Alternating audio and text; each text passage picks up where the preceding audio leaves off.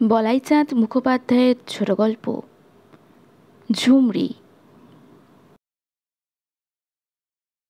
উদীয়মান ঐতিহাসিক লেখক অম্বিকানাথ লেখক হিসেবে প্রথম শ্রেণীর, কিন্তু তাহার লেখা সুলভ নহে।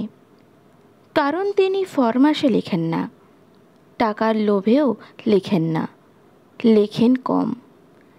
খেয়ালি লোক, মেজাজ ঠিক না থাকিলে লেখার টেবিলে বসেন না।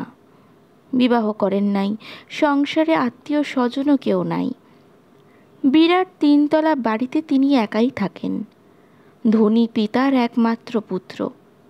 ব্যাংকে প্রচুর টাকা, জমি জমাও অনেক, অর্থাভাব নাই। ইচ্ছা করিলে নানা রূপ বিলাসে গা ভাসাইতেই পারিতেন। দেশ বিদেশে ভ্রমণ করিবার সামর্থ্যও তাহার ছিল, কিন্তু সেসব দিকে প্রবৃত্ত ছিল না। পার্থপক্ষে বাড়ির বাহিরে যাইতেন না। একটু কোনো প্রকৃতির ছিলেন। 3 তলায় ছিল তাহার বড় বড় 4খানি ঘর। 4খানি ঘরেই বইয়ের ঠাসা। একটিতে শুইবার জন্য একটি খাট, আর আরেকটিতে লিখিবার জন্য চেয়ার টেবিল। আর সামনে ছিল প্রশস্ত একটা বড় ছাদ। ছাদে সারি সারি গোলাপ ফুলের টব এবং জুঁই মালতীর লতা। এই পরিবেশ ছাড়িয়া অম্বিকানাথ কোথাও গিয়া শান্তি পাইতেন না। বাহির হইতে কোনো লোক আসিলেও তিনি অশান্তি বোধ করিতেন।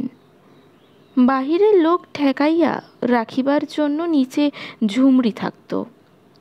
ঝুমরি অনুমতি না দিলেই অম্বিকাবাবুর সহিত দেখা করা সম্ভব ছিল না।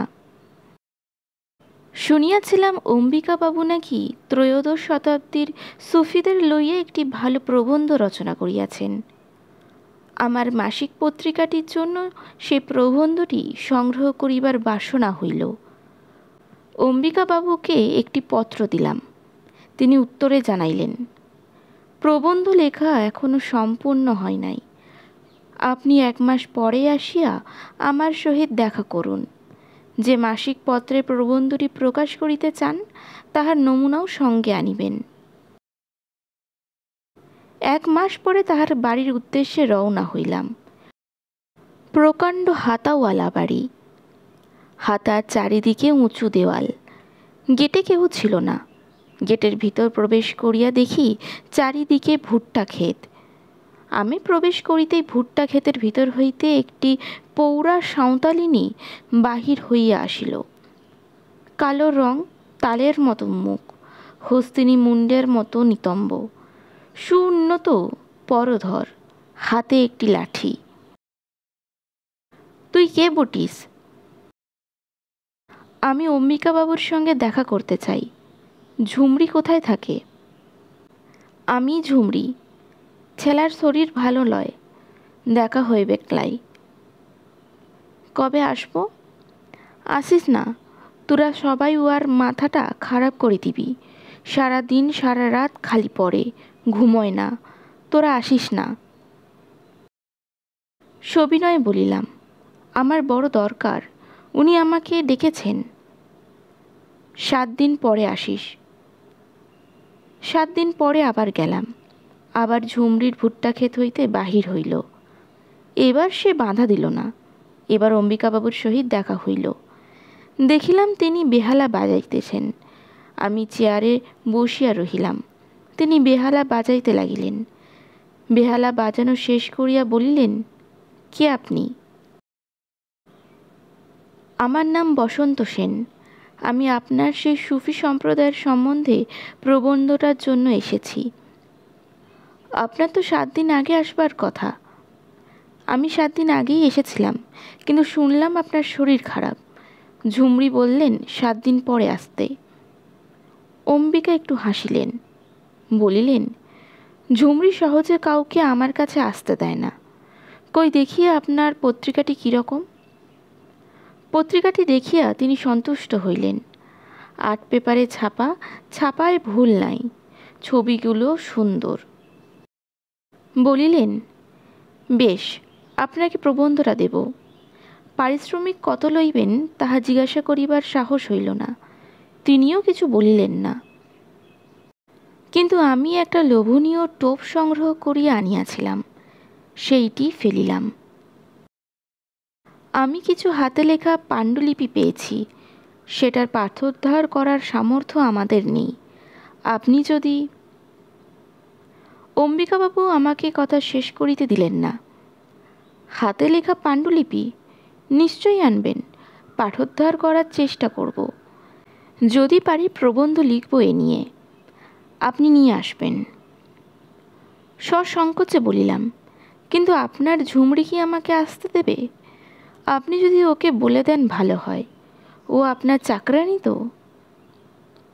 আরে না না, ও আমার মা। হো হো করিয়া হাসিয়া উঠিলেন অম্বিকাবাবু।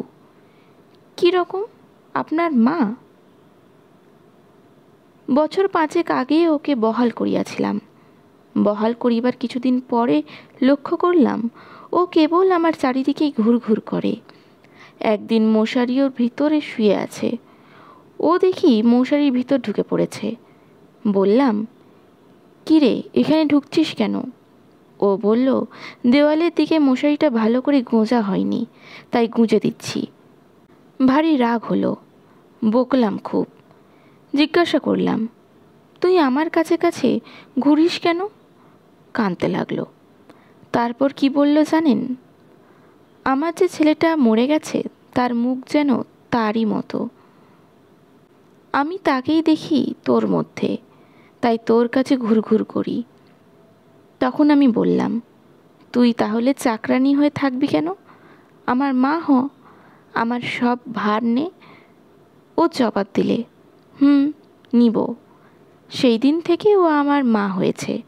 সর্বদা আমাকে আগলে আগলে বেড়ায়, আমাকে চান করিয়ে দেয়, আমার চুল আঁচড়ে দেয়, আমার জন্য রান্না করে। রাত 10টার পর আমার পড়ার ঘরে আলো নিভিয়ে দেয়। মানা করতে গেলে মাথা ঘুরতে থাকে। She is a tigers. আমি অম্বিকা বাবুকে হাতে লেখা পুঁথিগুলি পৌঁছাইয়া দিতে পারিয়াছিলাম।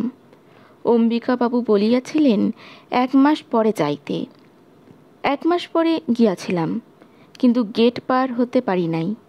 আমাকে দেখিয়া ঝুমরি রামদা লইয়া ছুটিয়া আসিল।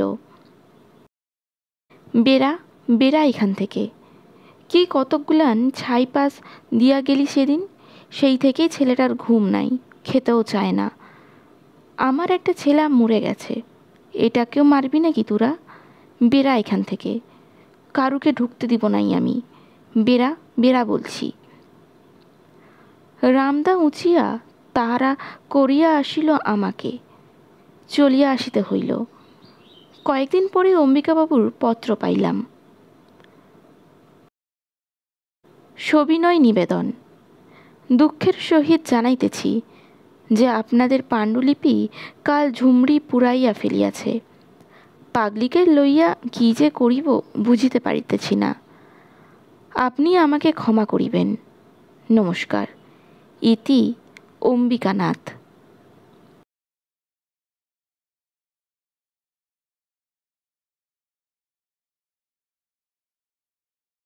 নমস্কার।